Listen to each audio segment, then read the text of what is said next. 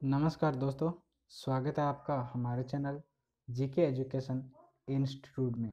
हमेशा के लिए आज भी विज्ञान के महत्वपूर्ण 10 प्रश्न लेकर आए हैं, जिसमें पहला प्रश्न है कि कोशिका विभाजन की अवधारणा किसने दी। तो इसमें ऑप्शन है Robert Hooke, Robert Brown, Rudolf Virchow और कोलिनर। तो इसका सही आंसर है रूडोल्फ विर्चोव।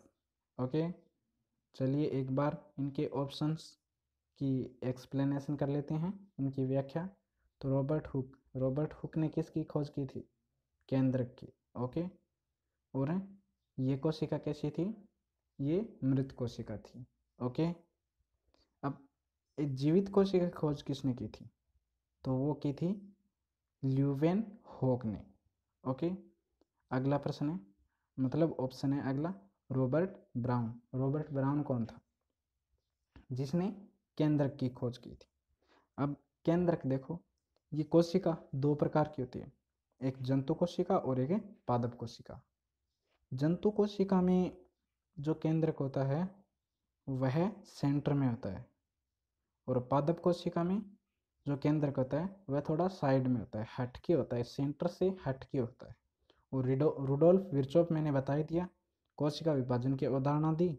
और कोलिनर ने क्या किया था? कोलिनर ने किसकी खोज की थी? जो हमारा माइटोकॉन्ड्रिया होता है, शक्ति ग्रह बोलते हैं जिसे, कोशिका का शक्ति ग्रह बोलते हैं, उसकी खोज कोलिनर ने की थी। ओके, चलिए आगे चलते हैं। अगला प्रश्न अगला प्रश्न है कि रिक्तिका की खोज किसने की थी? ऑप्शन है कोलिनर, रॉबर्ट ब्राउन, रॉबर्ट हुक और डुरजार्डिन। तो इसमें कोलिनर मैंने बता दिया माइटोकॉन्ड्रिया की खोज की थी, रॉबर्ट ब्राउन बता दिया केंद्रक की खोज की थी, रॉबर्ट हुक बता दिया कोशिका की खोज की थी। तो पीछे ऑप्शन बचा डुरजार्डिन। तो डुरजार्डिन ने किसकी खोज की? रिक्तिका की खोज की थी। ओके, अगला प्रश्न चलते हैं कि लवक किस में पाए जाते हैं? लवक किस में पाए जाते हैं? तो इसमें ऑप्शन है जंतु कोशिका, पादप कोशिका, जंतु और पादप दोनों कोशिका, और इनमें से कोई नहीं। तो इसमें सही आंसर कौन सा होगा? पादपों में। तो लवक किस में पाए जाते हैं? पादपों में।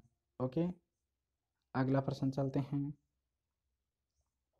कि चौथा प्रश्न है अंतःप्रद्रव्य जालिका की खोज किसने की थी? तो ऑप्शन है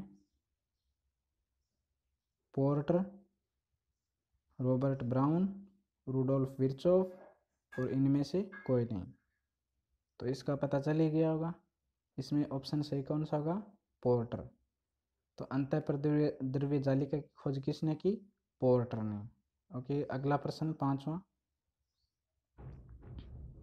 प्रश्न क्या है कि किन रुधिर कणिकाओं में केंद्रक नहीं पाए जाते? तो पहला है लाल रुधिर कणिकाएं, दूसरा है श्वेत रुधिर कणिकाएं, चौथा है प्लेट्स तीसरा प्लेटलेट्स और चौथा है इनमें से कोई नहीं। तो इसका सही आंसर क्या होगा? श्वेत रुधिर कणिका, लाल रुधिर कणिकाएं।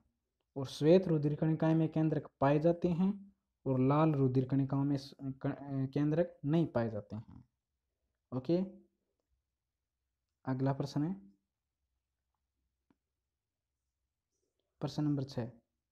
ये छठा प्रश्न है कि मध्यकरण, यानी हमारे कान के बारे में बात कर रहा है कि मध्यकरण कर्ण के भाग 3 होते हैं, जिसमें से मध्य का कर्ण कह रहा है कि मध्यकरण किन अस्थियों से मिलकर बनता है। यहाँ अस्थियां होंगी न कि हस्तियां, थोड़ी सी मिस प्रिंट हो गई है, यहाँ पर अस्थियां होगा। क्या?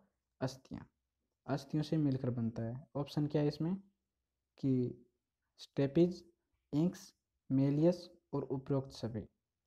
तो मध्यकर्ण की अस्थियां किन से बनी होती है? इन सभी से, मेलियस, इंक्स और स्टेपिज। चलिए आगे चलते हैं। सातवां प्रश्न है कि शरीर के संतुलन व सही स्थिति के लिए कौन उत्तरदायी होता है? क्रिस्टा, मैक्यूला, उपयुक्त दोनों, इनमें से कोई नहीं। तो इसका सही आंसर क्या होगा? क्रिस्टा और मैक्यूला दोनों हमारे शरीर के संतुलन व सही स्थिति के लिए उत्तरदायी होता है। ओके, अगला प्रश्न है प्रश्न नंबर 8 कि त्वचा का रंग किस पर निर्भर करता है? प्रकाश पर, मेलियस पर, मेलानिन पिगमेंट पर, और इनमें से कोई नहीं। तो इसमें सही आंसर क्या होगा? Melanin pigment. खास तौर पर ज़्यादातर बच्चे क्या करते हैं? इस प्रकाश पर टिक करके आते हैं। क्यों? उनका इतना दिमाग चलता है कि जो हमारी त्वचा होती है वो प्रकाश के हिसाब से, अगर प्रकाश ज़्यादा होगा तो हमारी त्वचा पर अलग असर पड़ेगा और प्रकाश कम होगा तो उसका अलग असर पड़ेगा। लेकिन ऐसी बात नहीं है, ये किस पर निर्भर करता है? मेलानिन पिगमेंट पर। ओके, अगला प्रश्न है कि नाखून और बाल किस प्रोटीन के बने होते हैं? तो इसमें ऑप्शन है carotene protein, keratin protein, fibrinogen और ग्लोबिन प्रोटीन। तो इसमें सही आंसर क्या होगा? Keratin protein. ओके, अब केरोटीन प्रोटीन किस में होती है? केरोटीन प्रोटीन गाजर में होती है। और केराटिन मैंने बता दिया, नाखून, बाल हुए, खुर हुए पशुओं के। ओके, और फाइब्रोनोजन क्या होता है? फाइब्रोनोजन जो हमारे रक्त का थक्का बनता है उसमें फाइब्रोनोजन प्रोटीन होती है। और ग्लोबिन प्रोटीन क्या होती है? जो हमारे रक्त के अंदर हीमोग्लोबिन होती है उसमें ग्लोबिन प्रोटीन पाई जाती है। हीमो का मतलब होता है लोहा, तो हीमोग्लोबिन में ग्लोबिन प्रोटीन पाई जाती है। अगला प्रश्न है कि दांत का ऊपरी भाग किससे बना होता है? ऑप्शन है कैल्शियम, फॉस्फोरस, मेलियस और इनेमल। तो इसमें सही आंसर होगा कि इनेमल, न कि कैल्शियम और फॉस्फोरस। क्योंकि कैल्शियम और फॉस्फोरस क्या होता है? हमारे दांतों को बनाने का कार्य करता है, न कि ऊपरी भाग। और इतना बता देता हूँ, इनेमल दांत का सबसे कठोरतम भाग है। ओके,